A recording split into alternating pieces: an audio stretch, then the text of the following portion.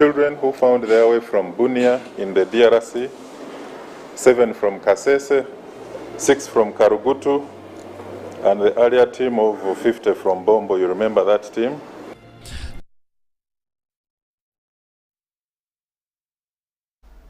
Mamlaka ya jiji la Kampala KCCA imeagiza wachuuzi wanaokusanyika mahala yasiyo rasmi kwa ajili ya kufanya biashara kuhama mahala hayo mara moja, wasijehamishwa kwa nguvu. KCCA imetoa agizo hilo kama hatua ya kuwalinda wamachinga na wachuuzi hao dhidi ya mashambulizi ya bomu baada ya kutokea milipuko miwili ya bomu mjini Kampala wiki iliyopita. Afisa wa masuala ya ushirika na umma aliyepo kwa muda kwenye mamlaka ya KCCA, Juliet Bukirwa Mwanguzi, anaarifu kwamba hivi sasa mamlaka hiyo inakabiliwa na changamoto ya uhaba wa maafisa wa kuimarisha utekelezaji wa agizo hilo. Hivyo inawataka wamachinga na wachuuzi hao kutii agizo hilo. Mamlaka ya KCCA ina maafisa 140 tu wa utekelezaji wa maagizo mitaani mjini Kampala. The traders in the city, the illegal traders or the vendors in the city, please listen to our teams when they come to you and they say, you're supposed to trade from here. So when they see that these people have been on Loom Street and they're now going to Nakasero or Nabugabo, they come back to Loom Street. So it becomes like a chase, a cat and mouse chase, and it is affecting our enforcement in that area. Ila kwa sasa KCCA inaendeleza mchakato wa kuajiri maafisa wengine zaidi wa kuimarisha agizo hilo katika mitaa ama sehemu ambako wachuuzi hao hufanyia biashara. Pamoja na changamoto hiyo, KCCA inafanya juhudi katika kufanya uangalizi kwenye mitaa ya mji wa Kampala, ingawa imekuwa vigumu kwake kufanya doria kutokana na mibanano ya watu kwenye mitaa hiyo. That this current situation, because of COVID-19, enforcing SOPs is so hard. Secondly, we have this stellar threat. You find that even if someone has abandoned a bag or a package, it's so hard to recognize and alert your colleagues. So we find that even street vending is a serious security threat.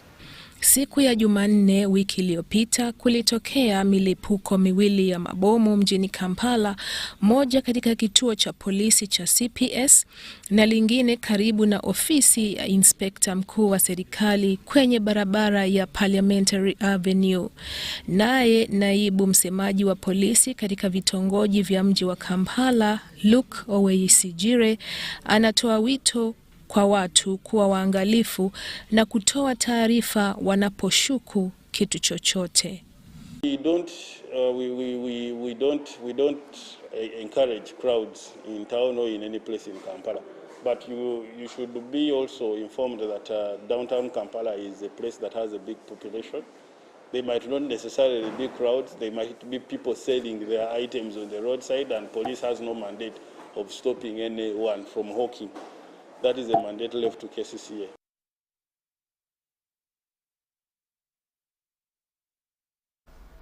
Muungano wa wakunga na wauguzi nchini wa Uganda Nurses and Midwives Union umejitenga na mgomo unaofanywa na wahudumu wa afya nchini. Wahudumu wa afya wamefanya mgomo leo kufuatia kile wanachodai kuwa serikali kushindwa kuongeza mishahara na maslahi yao. Mgomo huo unafuatia majadiliano na wizara na idara husika za serikali ambayo kwa mujibu wa wahudumu hao wa afya haukuzaa au hayajazaa matunda.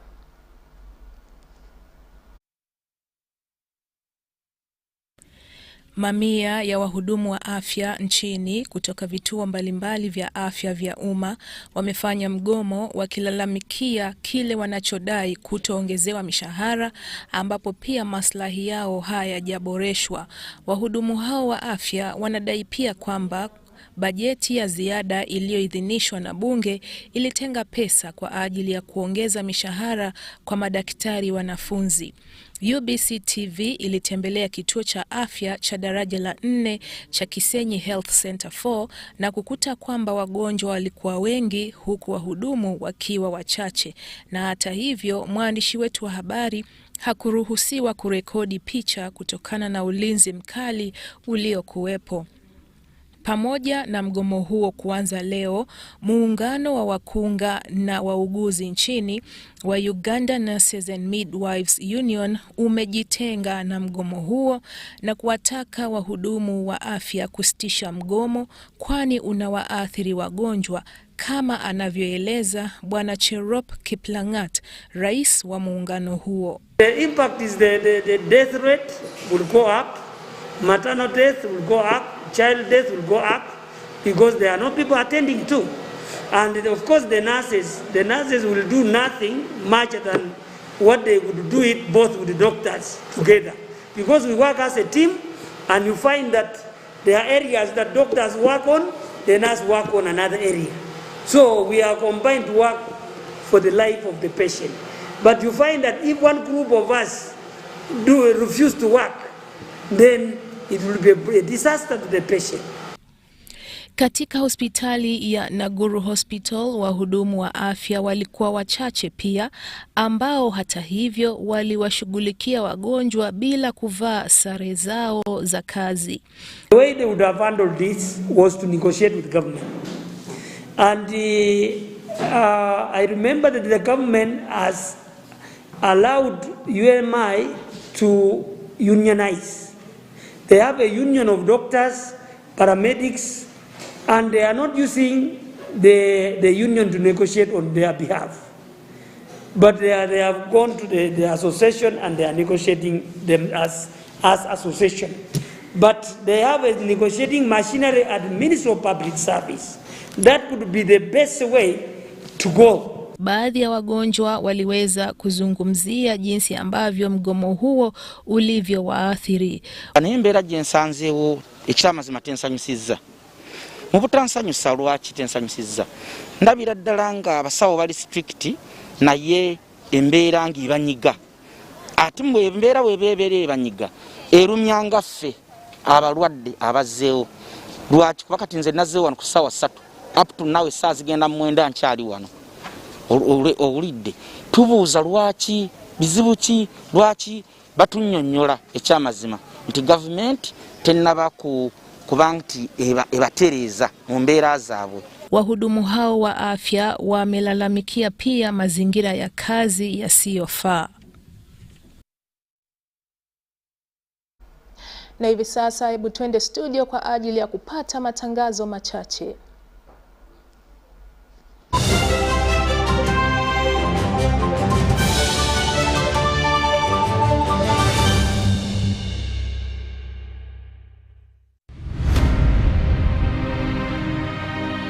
If you look at all sectors, energy has an influence. Now, how do we build a model that is sustainable? We're making good investments and we're growing the sector.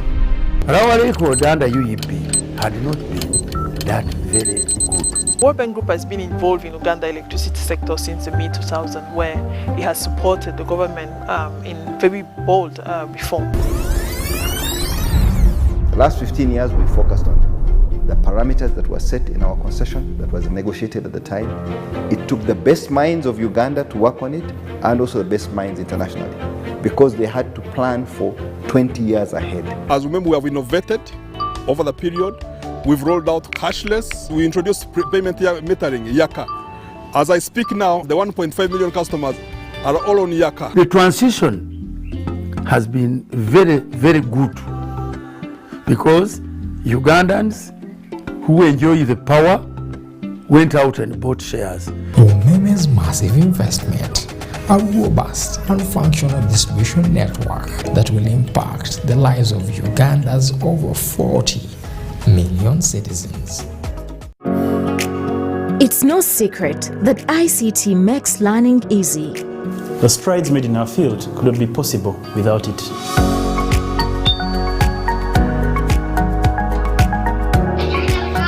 And now we can watch our favorite show. My radio is my best friend. UCC provides an enabling regulatory environment and policy guidance for healthy competition. We also facilitate ease of doing business in the communications sector through licensing, standardization, spectrum management, tariff regulation, rural communication development, and consumer empowerment. An informed consumer is an empowered consumer.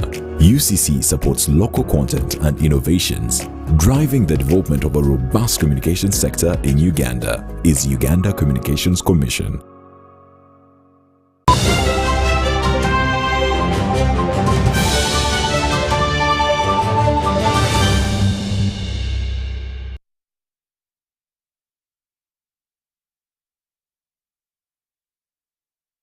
Katika habari ya kimataifa, watu 5 wameuawa na wengine zaidi ya 40 kujeruhiwa baada ya gari kuwaponda wakiwa kwenye gwaride la Krismasi katika jimbo la Wisconsin nchini Marekani.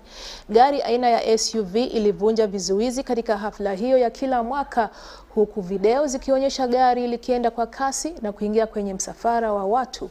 Taarifa ya polisi ya mji wa Ukesha imesema idadi hiyo ya waathiriwa huenda ikabadilika kwa sababu bado anakusanya taarifa, ikiongeza kuwa mtu mmoja ametiwa mbaroni. Afisa mmoja wa serikali amesema Rais Joe Biden amefahamishwa kuhusu hali hiyo na ikulu ya Marekani inaifuatilia kwa ukaribu.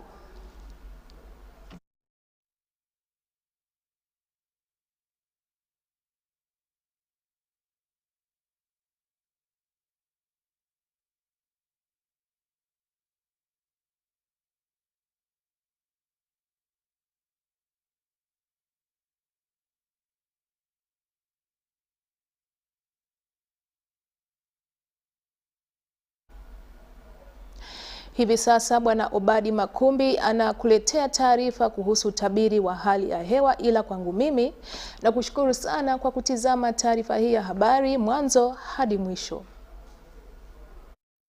Jioni, minakaribisha tena kwa muda huyu mwenyewe utabiri wa hali ya hewa kutoka mamlaka la kitaifa ya utabiri wa hali ya hewa, pamoja na mimi Makumbi Badi kuwa mtangazaji wako wa hali ya hewa hapa kwenye television ya UBC.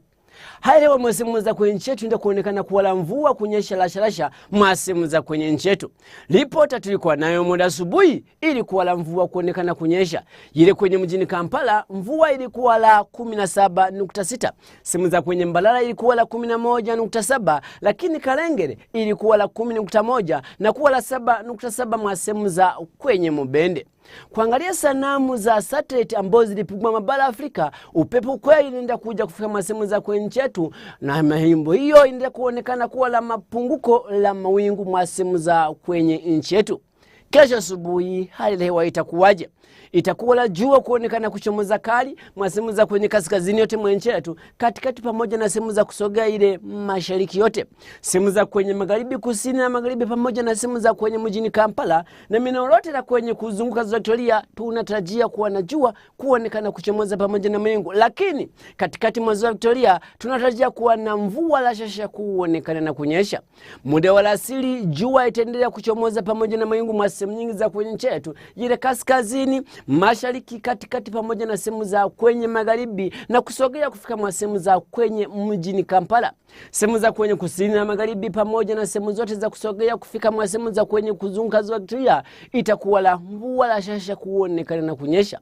Joto itapanda juu sana kufika la 34 mwa sehemu za kwenye Karamoja. Sehemu za kwenye kaskazini na magharibi ile Arua pamoja na sehemu nyingine zote za kwenye mashariki ile Soroti itakuwa la joto kupanda juu kufika la 33. Itakuwa 32 mwa sehemu za kwenye magharibi ile Kasese. Lakini sehemu nyingine kama mjini Kampala na sehemu zote itakuwa 28 na 29, lakini kufika kwenye vizo vya Kabale ile Kabale itakuwa la 24. Miji kada duniani itakuwaje? Itakuwa la mvua kunyesha pamoja na radi ile kwenye mjini Mombasa na joto kuwa la 33. Mjini Moscow pamoja na New York itakuwa juu kwa kuchomoza pamoja na mawingu na joto kuwa la 5 masehemu za kwenye mjini New York. Lakini ile Paris itakuwa la mawingu kuwa mengi sana mauli wa sehemu hizo na joto kufika 8.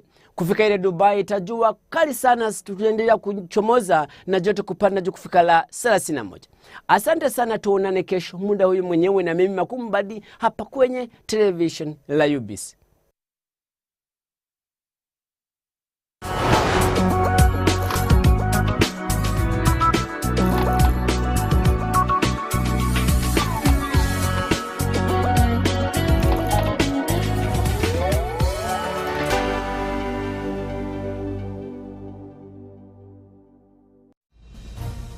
Join us from Monday to Friday for Good Morning Uganda with me, Felix Nkunda. Priscilla Naluoga. Robert Chirabo. Molen Kenyana. Ruben Mpimba. With all the morning's essentials. Including the very latest in news, traffic,